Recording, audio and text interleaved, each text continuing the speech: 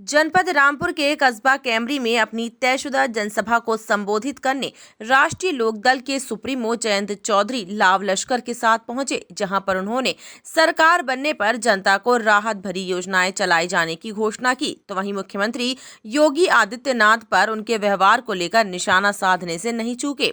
रालोद supremo यही नहीं रुके, उन्होंने भाजपा नेता ज्योतिरादित्य सिंधिया पर भी तंज कसा। उन्होंने ज्योतिरादित्य की नई योजना उड़ान 2 को लेकर भी कई बयान दिए। ज्योतिरादित्य सिंधिया जी भले आदमी है, वैसे गलत जगह पहुंच गए। मैं उनका बयान देख रहा था, कह रहे हैं कि हमने नई योजना निकाली उड़ान 2। ऐसे लगता है कि फिल्म का नाम होगा उड़ान 2।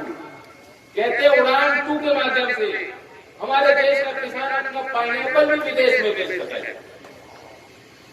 कोई किसान यहाँ तो बहुत प्रगतिशील किसान है, बहुत अच्छे समझदार। मैं पूछना चाहता हूँ, यहाँ कोई है जो अपनी उपज को हवाई जहाज में लगाकर कहीं भेजेगा विदेश?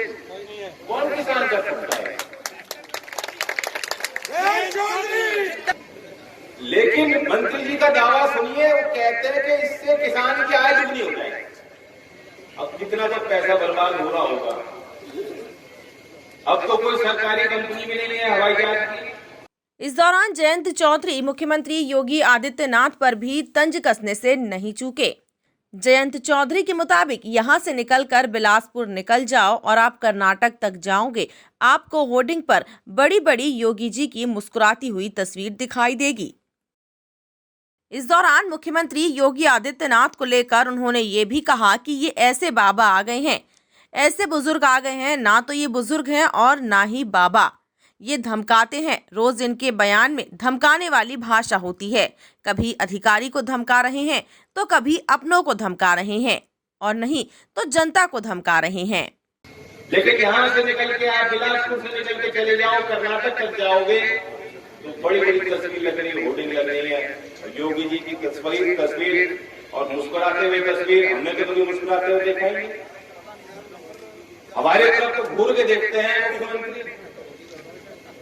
बाबा लोगों में तो बड़ा ठहराव होना चाहिए, जो अध्यात्म का जीवन, कोई मौलाना हो जिसने सिद्धि हासिल की हो, कोई पीर बाबा हो, कोई महंत हो, तो हम तो ये लोग मानते हैं कि वो ध्यान में अपना समय काटते हैं, उनके अंदर तो बहुत शांति है।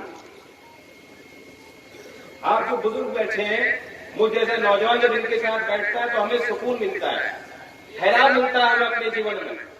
मैं चौधरी अजीत सिंह जी के साथ जब बैठा करता था, मुझे लगता था कि छत्र छाया मिल रही है मुझे।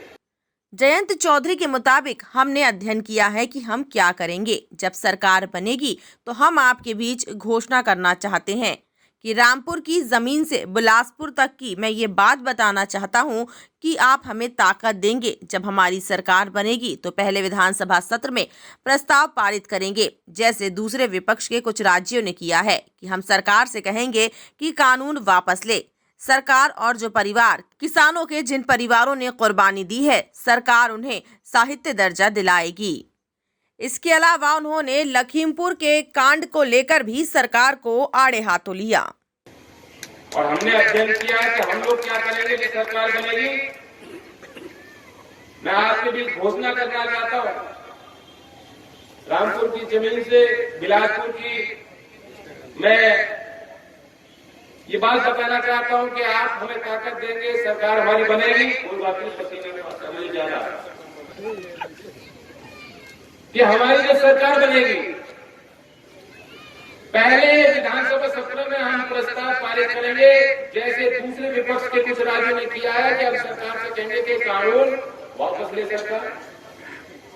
और जो परिवार, जो किसान जिन्होंने कुर्बानी दी, सरकार उनको शहीद का दर्जा दिलाएगी। ये लोग उनको कुछ नहीं मानते।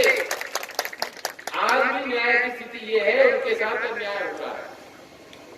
जो दूसरी एफआईआर किसान भाइयों के खिलाफ लिखी गई है सरकार के जवाब में, उनका ध्यान वहां ज्यादा है।